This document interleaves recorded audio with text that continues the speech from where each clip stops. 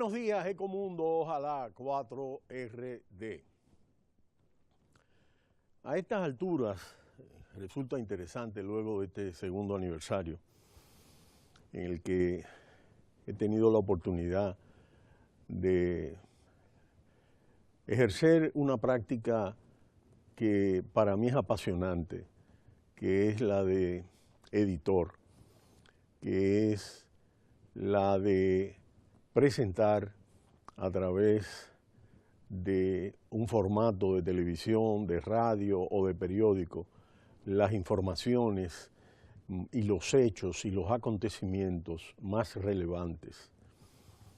En este caso a nivel global, que es uno de los temas que más me apasionan desde que estaba en las aulas universitarias, allá por mediados de los años 70, en el que entré a formar parte de la Oficina Nacional de Planificación de este país. Y ya decía que había sido reclutado al periodismo por causas relativas a mi inclinación hacia la investigación.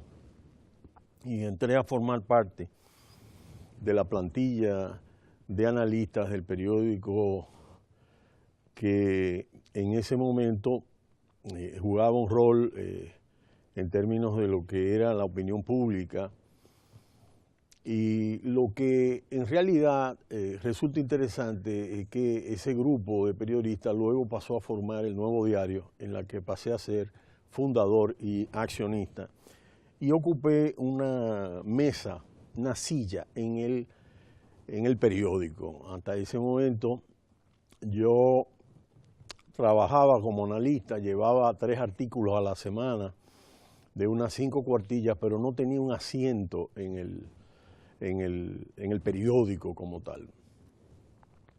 Esa experiencia me llevó a tener un apasionamiento con el tema del periodismo. El periodismo es lo que hoy será historia mañana. Es decir, los historiadores tendrán que estudiar lo que los periodistas investigadores presentaron hoy sobre la realidad del mundo o de un país o de un hecho en particular. Luego es un tema verdaderamente relevante la intervención de los periodistas investigadores y de los periodistas en sentido general. Les toca retratar, les toca escribir, les toca narrar lo que acontece a nivel global. Desde un acontecimiento ecológico, como de cambio climático, como un escenario de espectáculo o de cine o de economía o de cualquier aspecto. Y es interesante sobre todo porque en una sala de redacción el tema es ver, como decía, cuando ya nos referimos al mundo, como anteriormente eran los teletipos que venían las informaciones, y uno oía el sonido de las notas que venían de Associated Press, de United Press, de la agencia francesa, etcétera, etcétera, y un largo etcétera, a la que los periódicos estaban suscritos. Hoy día, con el mundo digital y con la era del Internet de las cosas, todo esto ha cambiado y tenemos una información online, virtual en el momento, donde además de contenido hay video, hay comentarios, las redes sociales involucran opiniones, hay inmediatamente artículos, opiniones, de manera que la noticia en vivo se va transcurriendo en las 24 horas. Ya no hay que esperar al otro día para que el periódico traiga impreso, traiga las informaciones, sino que los periódicos digitales hora a hora, minuto a minuto van presentando todo el tema de las informaciones, de las explicaciones y de los contenidos. Resulta importante porque hasta la última hora un periódico está esperando una noticia que pueda surgir para que salga en el periódico. Pero eso también existe en los periódicos digitales. Los periódicos digitales tratan de ver si hay un acontecimiento a las 2 de la mañana, a las 3 de la mañana, cuál es el último detalle para que salga en el periódico, la competencia lo va a sacar. Y es un tema que obliga a mantener la atención sobre los fenómenos que acontecen. En el caso nuestro nos mantenemos revisando 20, 30 40 páginas digitales que seleccionamos hace 6 años y hemos ido agregando y perfeccionamos. Y hemos escogido la herramienta de Twitter, como he comentado. Ya alcanzo la cifra de 19.000 tweets.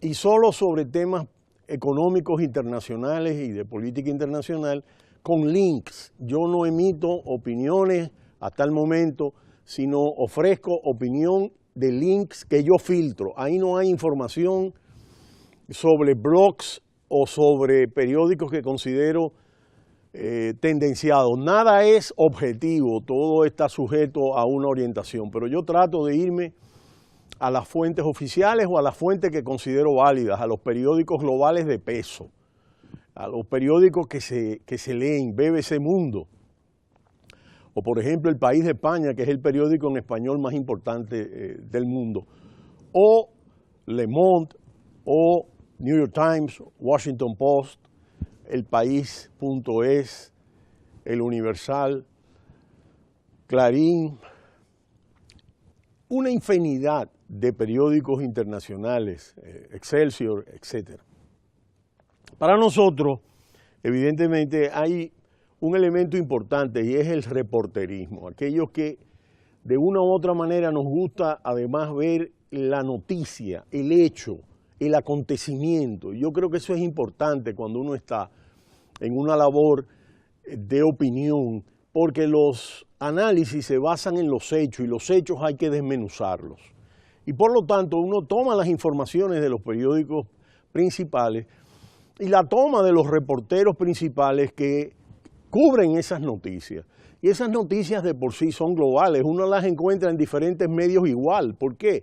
Porque son los votos que resultaron de las elecciones. Vamos a poner la principal noticia del periódico El País del día de hoy, y es interesante porque República Dominicana tiene un periódico que tiene adentro el periódico El País, y eso es muy interesante y eso está pasando.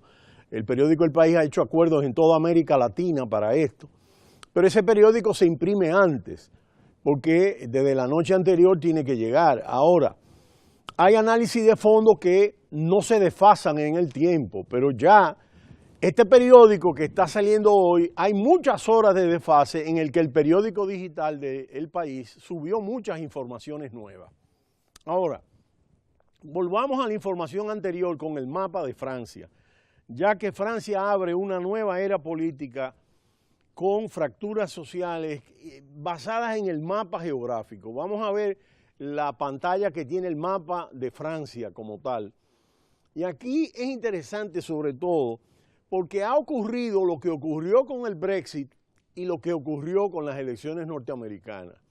Estamos viendo que la Marine Le Pen se ha impuesto fundamentalmente en la zona rural, en la zona menos educada y de menores niveles de ingresos, y en la zona norte fundamentalmente, mientras que Macron se ha impuesto en las grandes urbes y en la zona más pegada del mar, en la zona marítima, ¿no?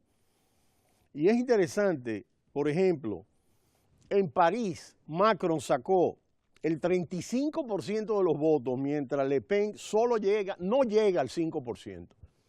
Y este es el mejor ejemplo de lo que estamos hablando. Y es interesante sobre todo porque lo que estamos viendo es una fractura geográfica, una divisoria que parte Francia por el medio, entre las regiones atlánticas de Macron y las mediterráneas y orientales de Le Pen. Es lo que Jacques Attali, consejero de presidentes y mentor de Macron, llama la diferencia entre la Francia del interior y la Francia marítima, más encerrada y pesimista, y la primera, la marítima, más optimista. Es decir, que cuando nosotros vemos esta situación, es que vemos que el próximo presidente que se elegirá el 7 de mayo deberá gobernar para estos dos países, cada vez más aislados. Para lograrlo, gane quien gane el 7 de mayo, deberá obtener una mayoría parlamentaria en las legislativas de junio. La segmentación política y social no se lo pondrá fácil.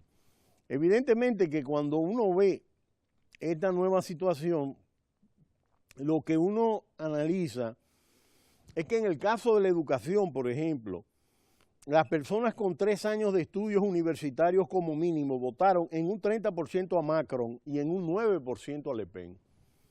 Las personas sin bachillerato votaron en un 30% a Le Pen y en un 19% a Macron. Los ingresos también condicionaron el voto.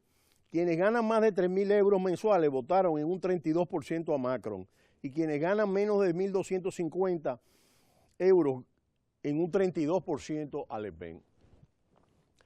Nosotros lo que estamos viendo es cómo, al igual que en el Brexit, al igual que en las elecciones norteamericanas, está votando a favor de estos candidatos populistas de derecha, cuestionadores de la globalización, en las zonas donde justamente la globalización ha tenido un impacto porque esas zonas industriales se han desplazado hacia Oriente, la mayor parte de ellas, y lo que ha venido es una intensificación de la productividad, de la tecnología y de la robotización en muchos casos. En el caso de los Estados Unidos, Donald Trump lo ganó en una ciudad de más de 1 millón de habitantes y era esa misma población, menor nivel de educación, menor nivel de ingreso. En el caso de los Estados Unidos, la población blanca. En los demócratas, mayores mujeres, mayores minorías, afroamericanos, asiáticos, etcétera, etcétera. Pero al mismo tiempo en el Brexit, que fue el primer laboratorio, tenemos 3 laboratorios del cuestionamiento que estamos viendo en el mundo sobre el tema de la inmigración, el cuestionamiento a la globalización, la vuelta del proteccionismo y una serie de aspectos medulares en torno a aspectos centrales como el empleo, el desempleo, sobre el tema de los pensionados, la edad de la pensión, el tema de cómo replantear este tema y el tema del gasto social, el tema de más Estado o menos Estado, y que ha planteado en el centro de la discusión una serie de elementos principales.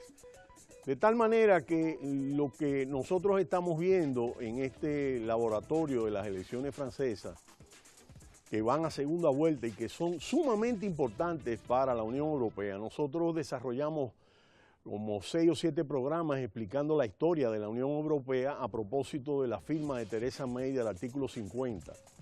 Y lo que estamos viendo ahora es justamente una candidata de la tercera potencia económica y la segunda militar de Europa que está planteando salir del euro y salir de Europa. De manera que será hasta mañana cuando continuaremos en Ecomundo Ojalá 4RD. Cita cultural, no le cambie.